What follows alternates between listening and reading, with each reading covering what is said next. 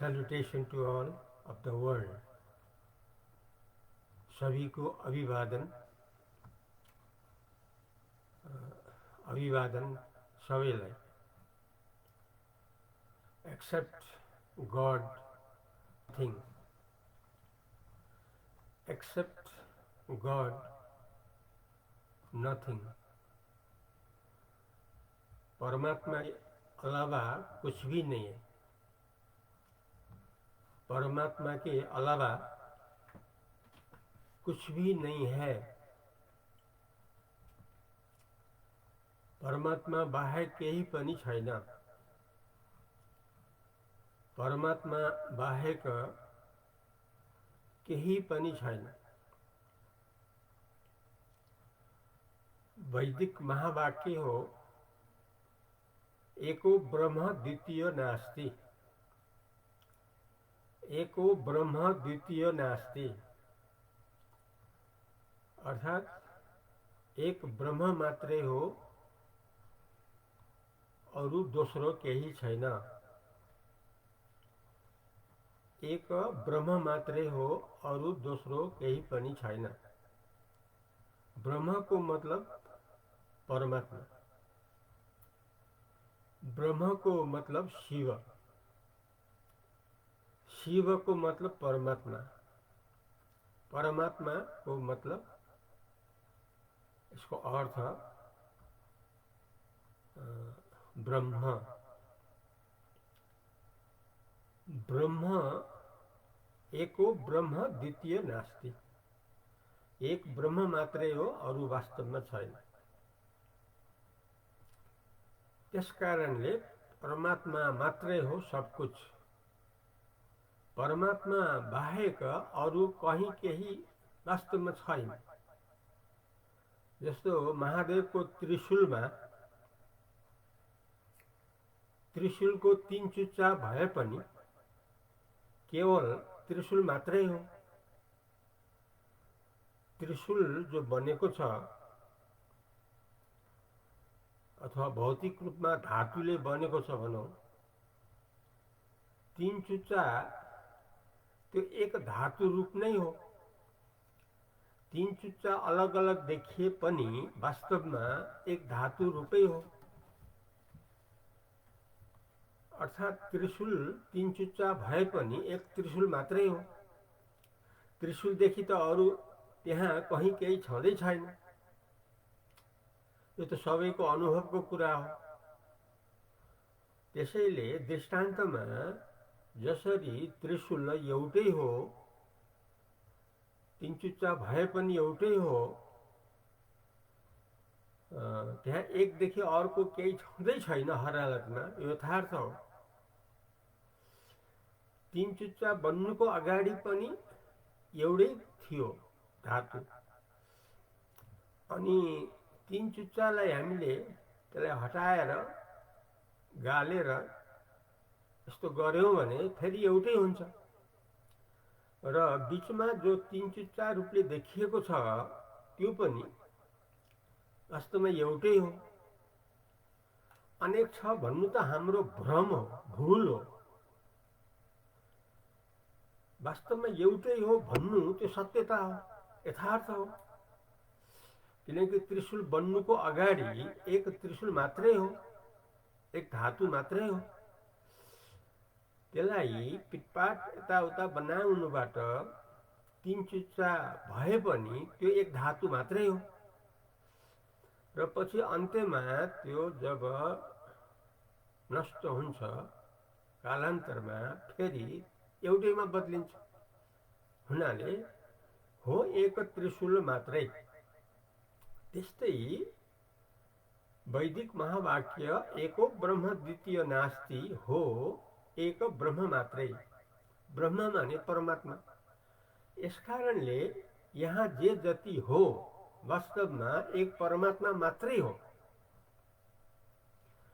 त्रिशूलमा तीन चुच्चा भए जस्तै तमगुण, रजगुण, सत्वगुण तीन गुण भए पनि तिनीहरू अधिष्ठानको रूपले त एउटै हो. तमोगुण, रजोगुण, सत्वगुण, तीन गुण अलग अलग देखिए तापनि वास्तवमा अधिष्ठान रूपले, अधिष्ठान जो परमात्मा हो, परमात्मा रूपले त परमात्मा रूपै हो तमोगुण पनि, परमात्मा रूपै हो रजोगुण पनि, तमोगुण रूपै हो सत्वगुण पनि। त्यसैले गुणसहित अथवा गुणरहित, गुणसहित तम रज सत्व र गुणातीत, गुणातीत हो एक परमात्मा। परमात्मा नै तम रज सत्व खडा भयो। कहाँ खडा भयो? परमात्मामा खडा भयो। त्यसैले सत्य त परमात्मा रूपले भयो, हुन गयो, किनकि कल्पित त अधिष्ठान रूप हुन्छ। जसरी त्रिशूलका तीन चुच्चाहरू वास्तवमा एक धातु रूप मात्रै हो, एक त्रिशूल मात्रै हो, त्यस्तै तमोगुण, रजोगुण, सत्वगुणले भरिभराउ जो संसार हो, त्यसको अधिष्ठान रूपले एक परमात्मा मात्रै हो। यसकारणले परमात्मा बाहेक केही पनि छैन। यसरी सबैको स्वरूप हुन आउँछ परमात्मा। यस प्रकारले बच्चा, युवा, वृद्ध, संसारमा हामी जे जति छौँ सबैको स्वरूप हुन आउँछ केवल एक परमात्मा। हामीलाई लिनलाई पनि सबैभन्दा सजिलो, किनकि परमात्मा मात्रले देख्न सक्नु हो शास्त्रको सबैभन्दा ठुलो सिद्धान्त। वासिष्ठ महारामायणको सिद्धान्त हो एक परमात्मा मात्रले देखिरहनु। जुन विद्याबाट दशरथ पुत्र श्रीरामले यथार्थ ज्ञान लिनुभयो। यस कारणले हामीहरूको सबैभन्दा सजिलो साधन हो मुक्तिको लागि एक परमात्मा मात्र रूपले देखिरहनु, एक परमात्मा रूपले मात्र अनुभव गरिरहनु। वास्तवमा सबै ज्ञानी हो, अज्ञानी यहाँ कोही पनि छैन। कसैलाई अज्ञानी हौ, केही जान्दैनौ भन्यो भने त उ रिसाउँछ, किनकि ऊ वास्तवमा ज्ञानी हो, किनकि परमात्माको अंश हो, परमात्मा रूप हो। उसले जानी या नजानिकन परमात्मा रूपले वास्तवमा अनुभव गरिराखेको छ। यस्तो अवस्थामा केही नजान्ने, यस्तो उस्तो मूर्ख यस्तो भन्यो भने कसैलाई पनि मन पर्दैन, किनकि यहाँ सबै केवल परमात्मा मात्रै हो, परमात्मा रूप मात्रै हो। त्यसैले हर हालतमा एक परमात्मा मात्रै हो, त्यही परमात्मा आफू हो, त्यही परमात्मा सबैको स्वरूप हो। यस प्रकारले हाम्रो सधैँ मुक्त स्थिति हुन आउँछ, मोक्ष स्थिति हुन आउँछ, स्वभावैले हाम्रो स्थिति मुक्त हुन आउँछ। इस प्रकार से लेना पड़ेगा, तभी हम सब लोग ज्ञानी हो पाएंगे। त्रिशूल का दृष्टांत से, त्रिशूल में तीन चुच्चा होता है केवल त्रिशूल रूप। एक धातु से जो बना है त्रिशूल, त्रिशूल में जो तीन चुच्चा होता है वो केवल एक धातु रूप है। बनने के बाद भी एक धातु है, बनने के पहले भी एक धातु था। इसलिए जो दिखाई दे रहा है तीन कोण के रूप में, तीन चुच्चा के रूप में, वास्तव में एक ही है। वैसा ही एक परमात्मा में जो कल्पित तमगुण, रजगुण, सत्वगुण है वो केवल गुण रूप है। कहाँ से? गुणातीत परमात्मा से आया है तीन गुण। तीन गुण का असली स्वरूप परमात्मा है, जहाँ से आया है। इसलिए जो जहाँ से आया है वो आया हुआ जो तीन गुण है वो परमात्मा रूप है। इस प्रकार से सभी का स्वरूप परमात्मा है। हम लोग जो संसार में हैं, जहाँ कहीं के भी हैं, हर हालत में हम लोग का स्वरूप परमात्मा है। परमात्मा सदा मुक्त है। परमात्मा को लेकर हम लोग भी मुक्त बन पाएंगे, हो पाएंगे। असलियत में परमात्मा ही है। इसलिए परमात्मा रूप से अनुभव करना, लेना, रहना सबके लिए सबसे आसानी भी है, सबसे अच्छी बात है। इस तरह से सबका स्वतः मुक्ति मोक्ष स्वतः बन जाएगा, हो जाएगा। ये सबके लिए खुशी का बात है, क्योंकि स्वभावतः हम लोग परमात्मा हैं, क्योंकि यहाँ परमात्मा के अलावा कुछ नहीं है। It is true, only here is God, so except God nothing, only here is God, God everywhere. We can know from the example of Trishul of Mahadev, Trishul of Mahadev, in Trishul three sides, but that is really one. Before making, that was one. After making, also there is only one. Uh, so, like that, here are only God. God is everywhere. All are the shape of the God. All are the nature of the God. So we are really God. We belong to God. So from this point of view, our happens salvation, mukti of the of all of the world. From this point of view, we are in salvation.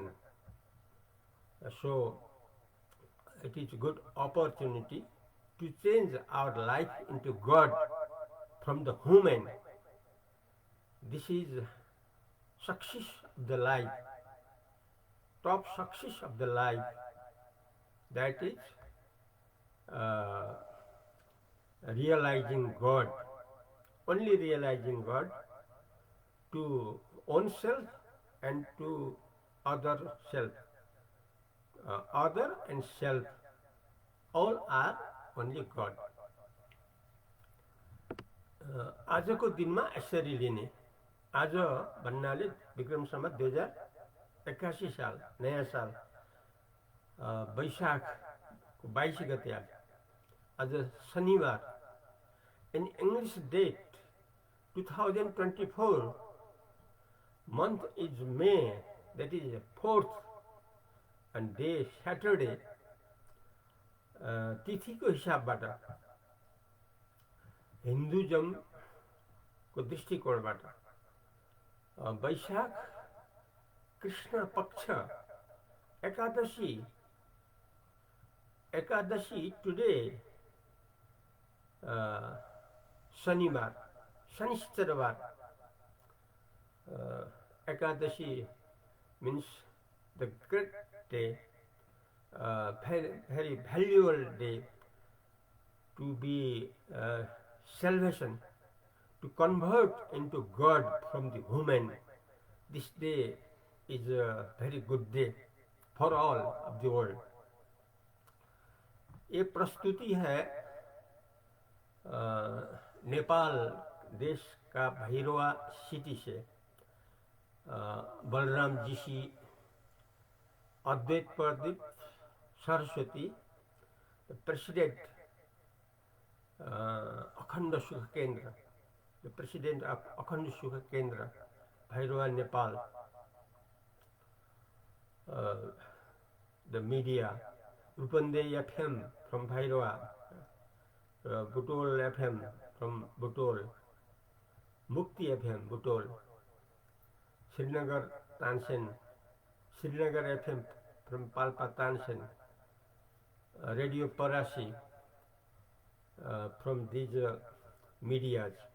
Now direct broadcasting to the world through online, through YouTube, through Twitter. आजको दिनमा भगवानमा परिणति, परमात्मामा परिणति। किनकि परमात्मा मात्रै सब कुछ हो, सबै परमात्मा रूप हो। परमात्मा बाहेक अरू यहाँ कहीँ केही छैन। त्यसकारणले सबैको automatically the nature of all is God. सबका स्वरूप केवल परमात्मा है। हर हालत में इसका साक्षात अनुभव करें। लेट अस रियलाइज कंटिन्यूअसली, लगातार अनुभव गरौँ। अहिलेलाई यति नै गरौँ। हरिओम तत्सत।